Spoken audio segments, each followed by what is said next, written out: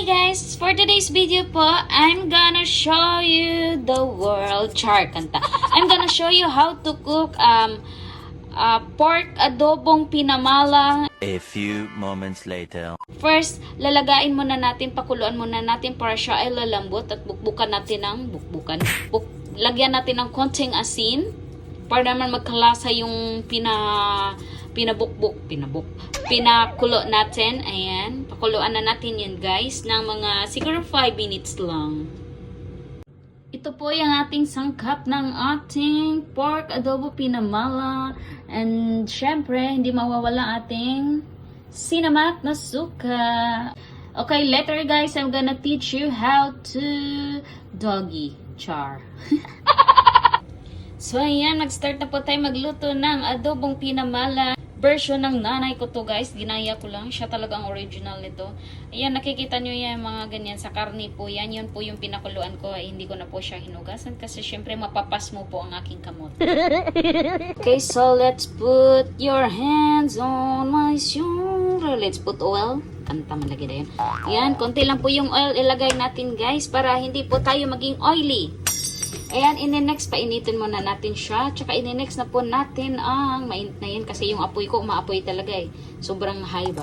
Ayan, diba? Pag tumutunog na mainit na. Ganyan lang yun. Ayan, guys. Wala po akong luwag. Kukuha po ako ng luwag. Ayan, uukayin po natin siya. Uukayin. Haluin. Ayan.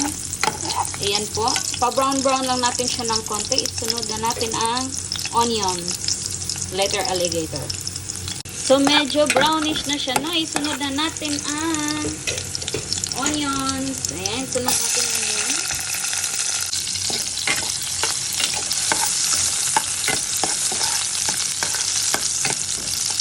Ayan, pa-brownish lang po natin ng konti.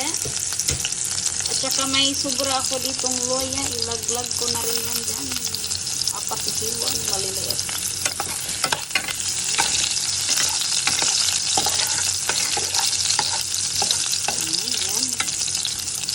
Saka ito guys, ano yan, sebo po yan ha. Panapansin nyo. Pag yan po ay nag-brown-brown na, ihulog na natin ang karne. So ayan, medyo sunog na yung bawang natin. Ilaglag na natin yung karne. Ayan. Okay. Shake lang. So ayan, haluin lang natin. Oh. Haluin lang natin ang ating karne guys. Ayan, haluin lang natin siya. Yan na po yung itsura ng ating karne. So nakikita nyo. Ang hirap ng video. Patagilid yung video natin kasi wala tayong choice talaga.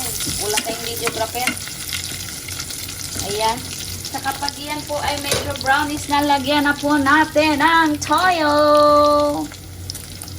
Lagyan natin ang toyo, yung toyong laging tinotopak ang ulo. Yan, next natin yung toyo. Ano lang, kaunti lang.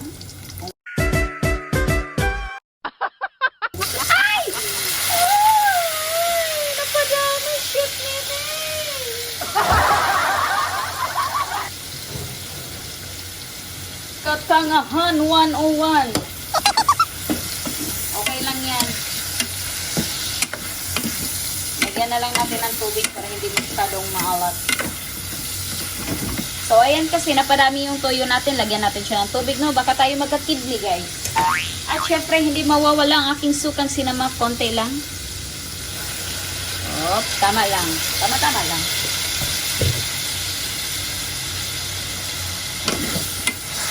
Mix it well. Ayan, mix it well done.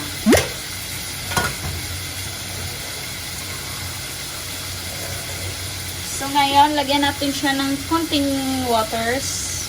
Ayan. At dyan, pamamalahin natin siya.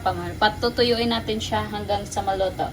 Ayan. Ayan na lang muna natin at yan ang ating antayin bukas at magpakailanman. So ayan guys, medyo malamala na po ang ating adobong pinamala. Malanga siya. Ayan, ilagay na natin ang bell peppers. Ayan, mimix lang natin. Tsaka, luto na. I-mix lang natin yung bell pepper. Hindi ko masyadong lutuin yung bell pepper kasi gusto ko yung pagkagat ko. Unang kagat pa lang, crispy siya. Diba? Yan. Tsaka medyo ma-oily nga siya, no? Kasi pinamala natin na kukupos yung ano niya, taba niya ba? Yan. So namatay pala yung ating kalayo. Paano tayo makaluto niyan? Ayan na guys, ayan na. Ayan. Tayo muna natin yan ng mga 1 minute. Saka natin hahaunin at ating ilalagay sa plato. Ayan, naka-reserve na po yung plato natin dito. Para haunin na natin yan. So by 1 minute, haunin na natin. Ano ba? Basta haunon na nato, ibutan na nato sa plato ato nang i-serve. Yan, pwede na siguro to. So, ayan guys, kita nyo naman, nagba-brown na siya. Kasing kulay ko na siya, morena. So, ayan, madlang earth, tayo po ay nakaluto na ng adobong pinamala. Ayan po. At ngayon, hahaunin na po natin, kukunin na po natin, ilagay na po natin dito sa platito. Huwag po natin isama yung oil niya, guys. Baka tayo mag-aapaw-apaw ng kolesterol. Ayan. Kainin. Haunin lang natin. Hahaunin. 2,000 years later.